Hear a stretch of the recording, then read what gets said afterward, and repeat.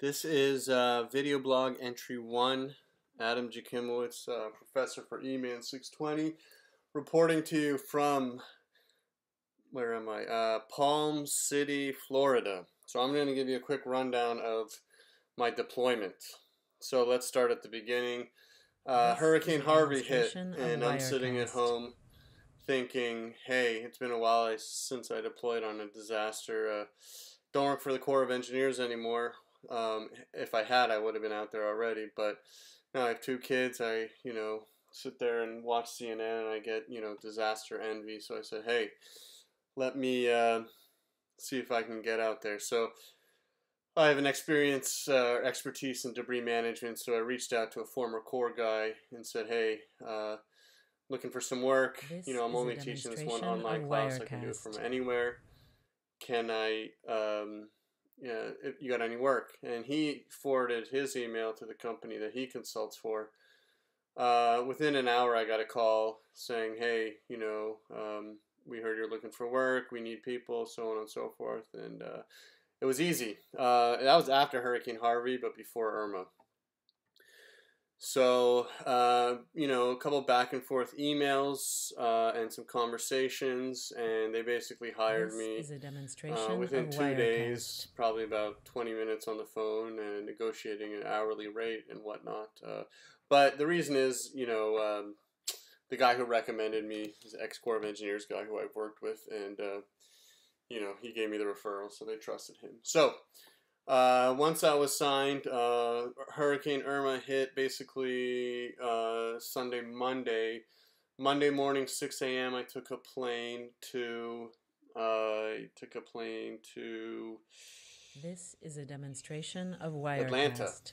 Atlanta. No, sorry, Charlotte, because they couldn't get me to Atlanta. So I took a plane to Charlotte. I rented a car and I drove to Atlanta.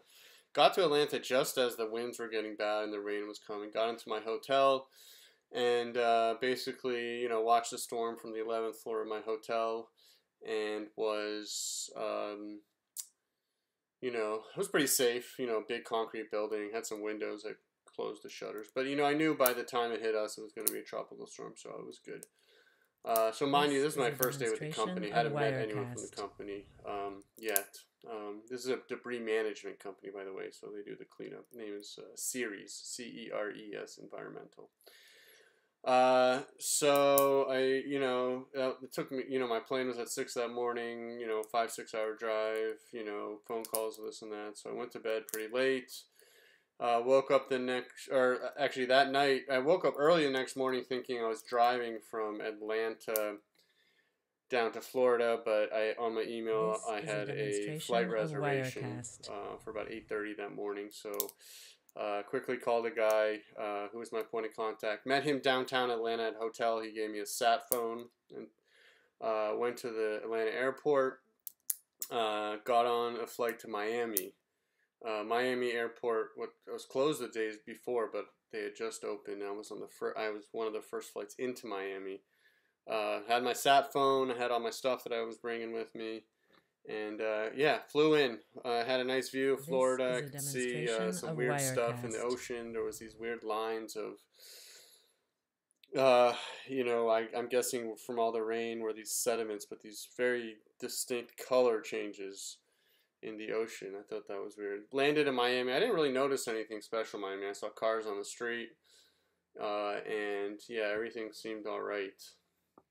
So landed, got to the car rental counter, and the lines are epic. And, I didn't even have good service, but I was going to be waiting for like 3 hours to get a car. Luckily, my point of contact had switched my reservation to Enterprise. I was originally in the budget line. Budget line was 3 hours. For some reason, Enterprise had no line. So I got an email and said, hey, your reservation's been switched. And this is after an hour of waiting in the line. But I was very thankful. Went to Enterprise, got my car, and was all set. They told me to go to Palm Beach County, which is about an hour north of Miami. So loaded my stuff in it was a Jeep Patriot, which is a terrible car, by the way. Of Wirecast. Rent or get that car. But yeah, got on my Jeep Patriot. First thing I was thinking was fuel. I looked at my odometer after I got out of the rental car place, and I had a quarter tank, and I was like, oh crap, that's not good. fuel is always very important when you get on the ground in a disaster because there's a very short supply of it. When you're working for the government, they usually set up stations. When you're on the private sector like I am now, it's harder. And this is the first time I've ever been on the private sector, so it was new to me. But I quickly, right out of the airport, went to the first fuel gas station I could. It was kind of chaos there. And I wasn't waiting in line behind a guy. I think he was the owner because I overheard him saying, "Shut down every pump except for 5." And luckily, I was actually in pump 5. So I think I was the last person to get gas. I filled up every last drop I could into that tank. I just kept pressing that thing in every last drop because I knew that gas was going to be a problem. So okay, full tank. I'm good to go. I drive up to Palm Beach County, get in touch with a guy named John, who's my point of contact, and meet up with John. And, noticing on the drive up, I see some trees down, a lot of power lights out, general things after disaster. But there were quite a few cars on the road, I have to say. So I was thinking, hey, this is not that bad. I met up with John and found out what my mission was. Okay, our mission was... this company, Series, had a contract with Palm Beach County schools.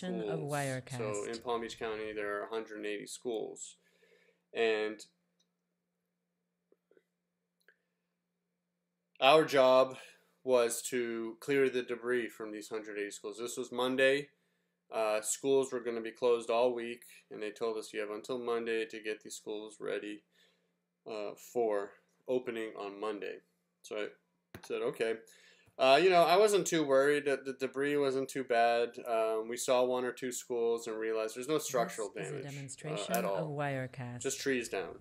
Trees and leaves of trees and these palm leaves everywhere and, some big trees falling down and this and that. But, trees is trees. And as far as I could tell, the schools will be fine. I'm sure they had some roof damage and some of them didn't have power. But that was not my job. My job was to... clear the debris from the outside of the schools, and sometimes in the courtyards if we had to, but generally outside. And it was all trees. So John and I kind of got a game plan. There was already about 2 crews working, but we kind of scoped out the mission. We checked out a few schools, and there was 180 of them, and we said, oh God, we got to ramp up.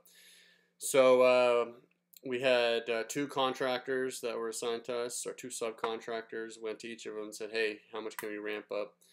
And we got an estimate on how quickly they could bring labor and crews or equipment. A typical crew was 2 guys with a chainsaw and a bobcat. So we started off with 2 the first day. The second day we had 10. Then we ramped up to 15. This is a demonstration of Wirecast. Long story short, it's a week later. It's Monday. On Sunday we finished, right? So we didn't do 180 because not all 180 needy, but we did about 90 schools. We were working about 12-hour days, 14-hour days. The first night I slept in my car. Not happy about that, but that's what you got to do sometimes. Second night they couldn't get me a hotel, but I found my own Airbnb, which actually was perfect. I've never Airbnb. If you ever go in a disaster and you don't have your own room, of Wirecast. That saved me. So I only had 1 night in the car, and at my age with a bad back, that's a very good thing. So I was on the Airbnb for 3 days. The guy has power. The big thing in this disaster was no power. Obviously, the streets are fine. Very little structural damage at all. Some roof damage, signs blown down here and there. A lot of trees down, but power. The first day, that gas station had power. It was kind of spotty. Some places had, some didn't. I think at the height of the storm, 80% of Florida is out of power. Right now, it's about 1%. So, the first day it was hard to get food. There was a burger place that didn't have power, but somehow was cooking burgers on a grill. So I ate there, had a nice veggie burger, and that was a great meal because I was only going to eat all day. I was sitting there trying to find my room for the night, couldn't, and that's, when I made the decision to sleep in the car. A demonstration of Wirecast. Which is okay. It actually was not that bad. I got a good 6 hours sleep, so that was pretty good. yeah, so the next day we just got cranking, and yeah, after that it kind of settled down. I had power after the second night. I had power. My Airbnb had power. I had a nice clean place to sleep. I'd get there 7, 8 at night, wake up 5 in the morning, meet the crews for a 7 a.m. meeting, and basically I had a list of 180 schools, and I had a map, and we just dispatched the crews, and we do some quality control, and we hotspot, troubleshoot issues. There were some trees on power lines, there were some trees on parts of the school, and all these things. We were constantly meeting and talking with the school board. Some of their guys in the facilities division, they were a point of contact, and they kind of assigned us, a priority list, and they didn't micromanage us. They basically said, these are the lists of schools, you guys get them done. And so we did every night. Me and a guy who has been with the company 20 years, he was kind of the field guy, and I was kind of the manager / meetings guy / planner.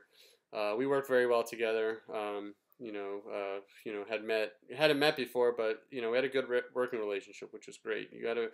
In any disaster, you're going to be working with people you've never worked before, so you got to be flexible, and you just got to have a good attitude, and you got to be able to operate on sketchy information and not really know what the heck is going on, but you got to get the job done.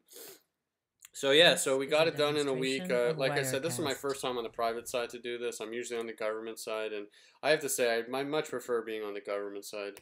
The private sector side is less interesting, less fun. But also this disaster where I was in Palm Beach County, it was not that bad. It was 100% vegetative debris, just trees. So I kind of say it was really just a giant landscaping job.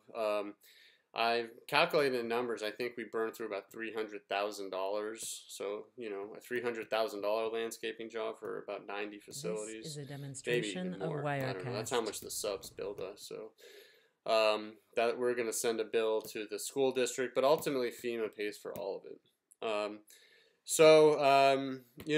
In terms of disasters, this is probably the easiest disaster I've worked. The conditions weren't bad, the first day of the car, but after that, electricity. Actually, in the last 2 days, I was staying across from a Whole Foods, which was nice. So I actually ate healthy for the last 2 days. But before that, yeah, a lot of junk food. I drove, Palm Beach County is pretty big, 1 million people. And I think I drove about, in 8 days, maybe like 1,500 miles just going from school to school and going to the school board building. Going to my place, meeting up with this guy John that I was working with, and other things. So here I am. We finished yesterday. They pulled me off that job, and they stuck me in another place called Palm Bay City, which is about 2 hours north.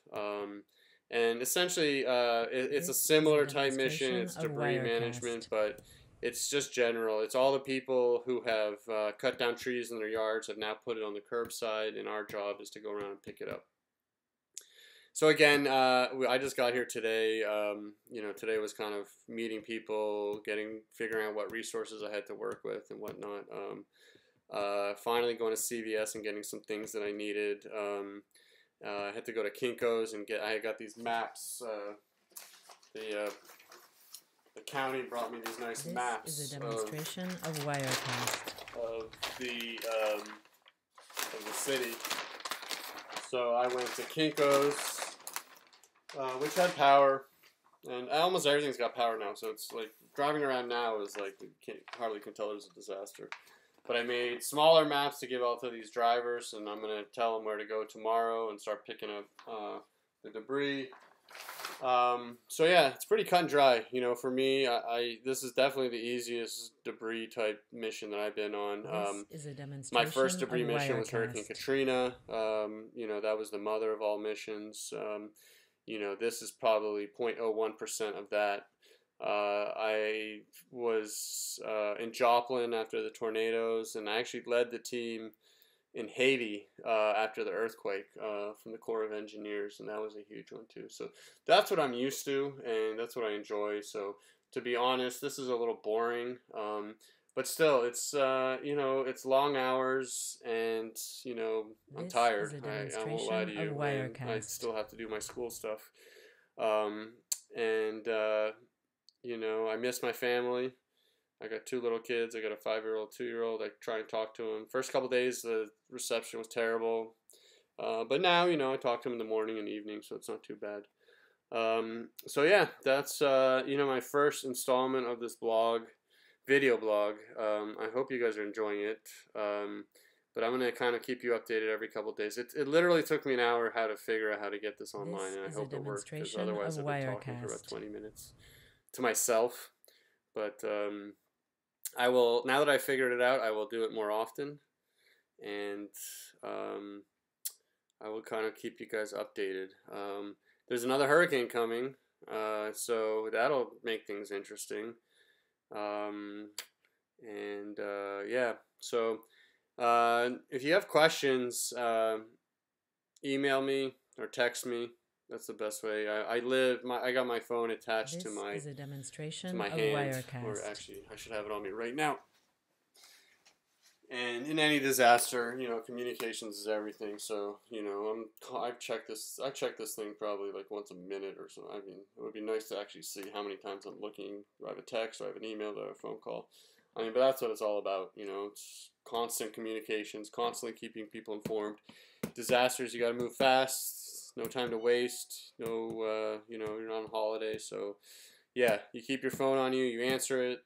You respond immediately. So on and so forth. So, it's 7:02. I'm gonna go get some dinner, because I had basically a peanut butter and jelly sandwich, and that's about it. That's a little bit of breakfast, but I woke up at 4 in the morning to drive up here for a 7 o'clock meeting, which never really happened. It would actually happen around like 3 p.m. So not too happy about that. It was just kind of, but at least I actually got some personal stuff done today, so I'm not complaining about that. But anyways.